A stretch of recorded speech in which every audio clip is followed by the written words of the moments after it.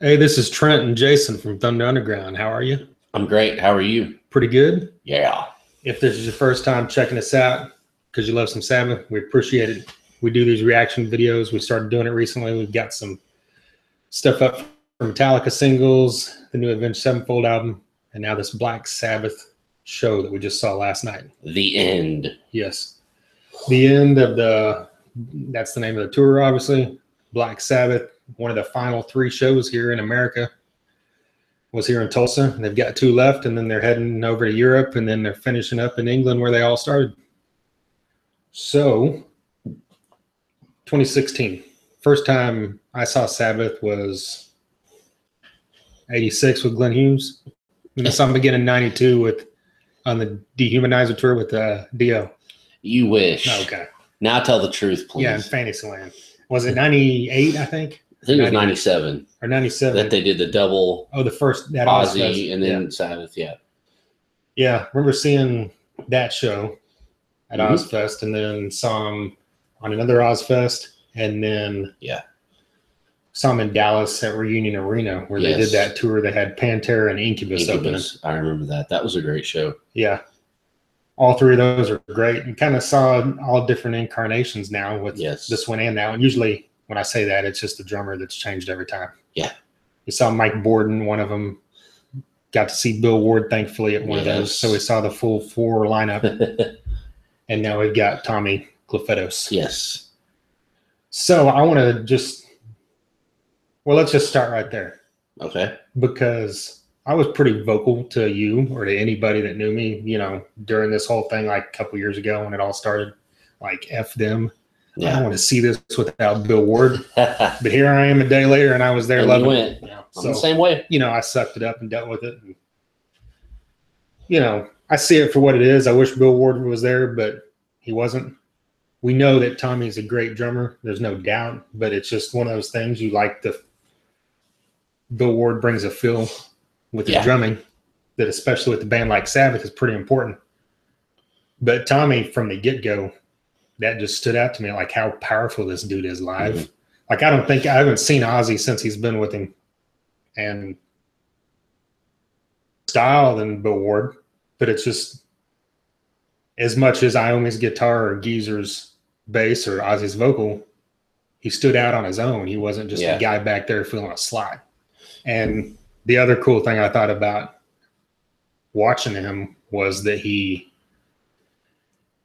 extremely intense, and you could tell that like he's putting everything into it. And it wasn't like he was, he didn't have this huge smile on his face, but you could tell that this dude like absolutely loved the fact that he was in Black Sabbath. Because who wouldn't? Yeah, I would. But he put every damn thing into every song, and he's the only guy of the 4 guys that was there. That's right. Because he never took a break. He had the drum solo when the others got to take a break, and Tony's guitar solo, he was playing drums to it, and Geezer's bass solo was like 30 seconds long. So I just thought that was cool how intense and well he fit, even though it was a different sound than Bill Ward. Yeah he was a hard hitter for sure. Yeah. And if you're not familiar with him, he plays for Ozzy. He's done a lot of other stuff before that, but cool gig for him, and I'm sure we'll see him in the future, obviously, when Ozzy keeps going after this. Yeah, we will. But I kind of just jumping around here, but I guess we should go back and talk about the Rival Sons before we get too deep into this, right? Yes. So we both know and love the Rival Sons. I've never been gung-ho and diehard listening to these guys all the time, but I've listened to their albums when they came out. I really liked it. Stuart, this is the first time I saw them live. Hugely positive things about them. And I really like their recorded music, but seeing them live really pushed that to another level for me. Yeah. Just everything about it.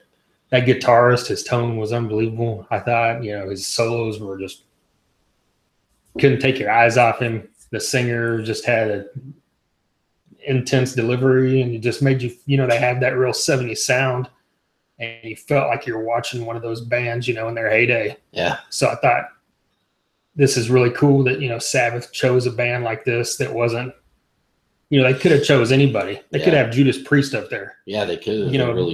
Priest plays theaters, and They could have easily been an opening act. Someone like that, that's a legendary band, but they chose a young band that a lot of people don't know. Yeah.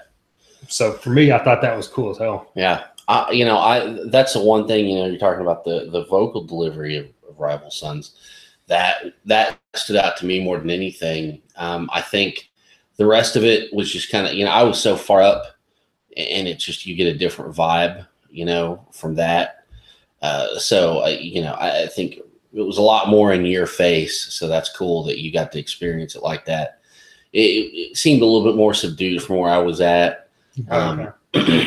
But I have to agree with the power of the vocals and his delivery, and just the guy can wail, and it was cool to finally see them, and I'm kind of like you. I've listened to everything they've put out, but I haven't got really super into them.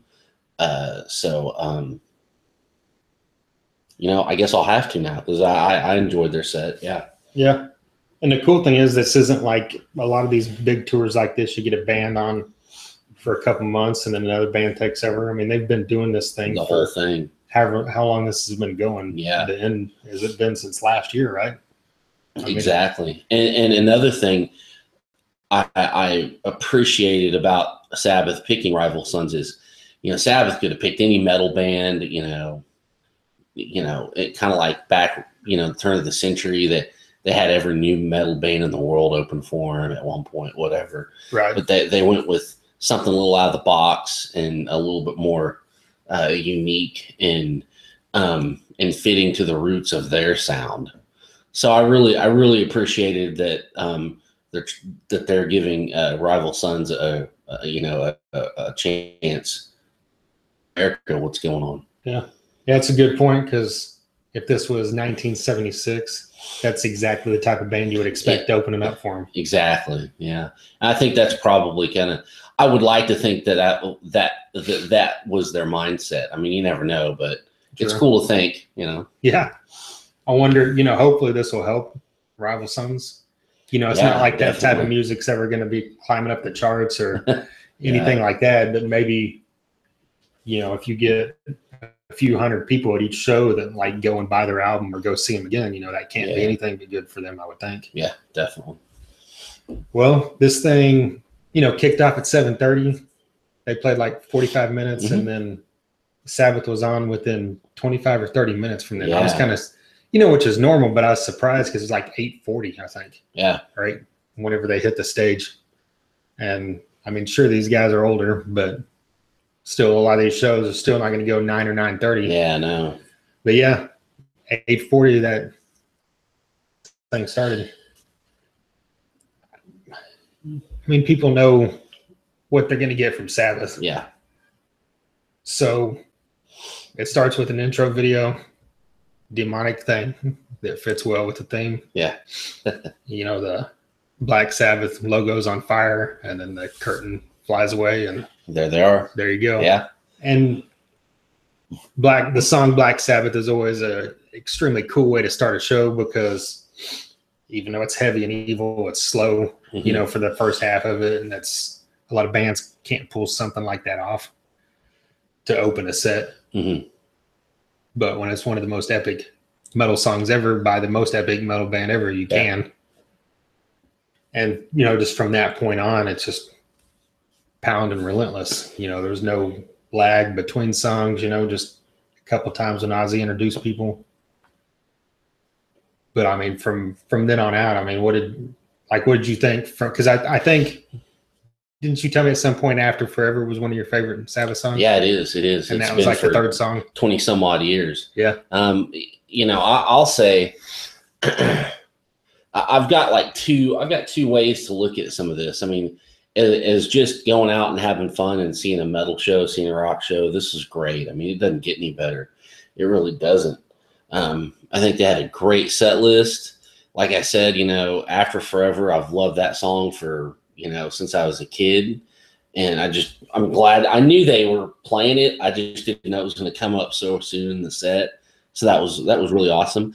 It seemed at times in the opener, Black Sabbath, and After Forever, that Ozzy was kind of behind a little bit, just lagging a little bit. You know, I mean, I don't know, but then again, I think it might have been I was up so high, and sometimes, you know, that I don't know. To me, that kind of makes a difference at times, you know? Especially in the arena. Yeah, Like, in an BOK arena, loses a yeah, lot of sound. yeah. And It's so not I don't when you're know. on the sides or Yeah. up, you know. So I mean, what did you hear anything like that at all? I didn't really catch it, Okay. but I don't know. It was kind of those things where I think I was just kind of geeking, you know, Yeah. because I knew I was going to like it. But when that moment hits, Yeah. even though you've seen it before, you still geek out because it's Black Sabbath. And, you know, just singing along the fairies wear boots. And Yeah, I thought that was really cool. Yeah. I mean, I thought, but then on the other side of it, it was a great set list. I think Ozzy sounded really good. yeah, I mean, there was no in his voice. There was nothing shaky. There was nothing. He was on, and I really enjoyed that part of it, and I was really pleased. You know, but you got some, you know, you got all the stuff you want to hear. You know, Iron Man, War Pigs, NIB. You got some other stuff, Dirty Women, Behind the Wall of Sleep. I really enjoyed Hand of Doom. So I really kind of applaud their set list. You know. yeah. I mean, I could see people making a case for Sweet Leaf, you know, or Sabbath Bloody Sabbath. But I mean, hey, you know, I mean, you gotta make the decision somewhere. Yeah. And for something to kind of for a set list that spans everything and honors our whole legacy, this was perfect, I think. Then honor Never Say Die. Well, Trent, there's a reason why. Guess what? I had on my Never Say Die Converse, and Really? I've still got them on right now. Wow. So you're probably still pissed. Yeah. But they played Dirty Women, which is from Technical Ecstasy, which like most. And that was one of the highlights of the show to me. People don't even have that album or listen to it. I thought it was great. Yeah. And I mean, it's not like new. They played that back on a reunion tour and all that stuff. But that song to me has always been a badass song. Yeah. I just love how it's a little bit different. I guess that whole album is, but it's, you know, it's got that, it's like 7 or 8 minutes long. And it's got that long ass solo, and Tony Iommi just, is Tony Iommi. Goes off. Yeah. So that was definitely a highlight. And you mentioned Hand of Doom. So it was funny to me because I went into this thing knowing what they were going to play. And so I had the songs that I was most excited for. Mm-hmm. And even though I love Hand of Doom and Into the Void, those weren't the 2 songs I was most excited for, but those are the 2 songs I left that I loved the most. Yeah. After I left. Yeah. There was just something about Hand of Doom. It was just so intense and badass, and that's right. It was just encompassed heavy metal. I looked up the set list a few weeks ago. Yeah. And I never looked it back up again. I just kind of went and thought, I'll just be surprised. Yeah. I kind of knew a few things they were doing. You know, again, I enjoyed it. Yeah. I mean, there's always, like you said, stuff I would love, you know, some of my favorite songs they didn't play, but you can't complain with 14 Sabbath songs. Yeah. And just one of those moments, you know, one of those geek moments whenever Into the Void started, and then just that whole intro, and then when it goes into that, you know, riff. Yeah. Everything about that, I just thought this is the song that if someone that said, what is heavy metal? This is it. This is it, huh? Like you could say, we already know everyone says Black Sabbath invented heavy metal. Yeah, yeah. But you hear that song, and I'm like, Tony Iommi invented doom metal. Tony Iommi invented stoner metal. You could list like 5 genres of metal that didn't exist until a decade later that this guy basically invented in that damn song. Yeah, I mean, it's all because of him. It really is. And, you know, another thing that I thought was great about, you know, just seeing the show and the way they did the set list was I found myself kind of drifting off and daydreaming about times in my life where I remember this song or that song, and you know, just stuff like that. I don't know. I think that's that they could do that and be effective at it. That's saying something, really. Yeah. You know. So and just kind of ended up reflecting. So I thought, well, I'll never see this again. So yeah, I just kind of went down a memory lane when I heard stuff like Snowblind or After Forever. You know. Yeah. And it was cool, kind of too. that, well, they had the keyboardist backstage. Yeah, that was crazy. What he was up with introduced him that? and he stuck his head out the curtain. But Was it? so when After Forever started, it's got that keyboard and it sounded perfect. And I'm like, I just thought it was recorded. And then he introduced him. Yeah. Well, was he in a completely encased curtain thing, or was it just the side where he was like probably could see the band? It just he was curtained to the audience. I think it was curtained out, just kind of like like you're walking towards backstage and you'd be right there. Nice, yeah, that was from what I could tell. But like you said, Ozzy, you know I can't remember what the last time I saw Ozzy was. I've seen him like 10 times, but it's been quite a while because last time he came to Tulsa, I bought tickets and then turned around and sold them just because I'm like, last time I saw him, it was kind of off.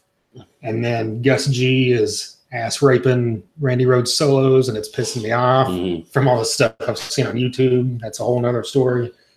So anyway, it was a fun show. I was there.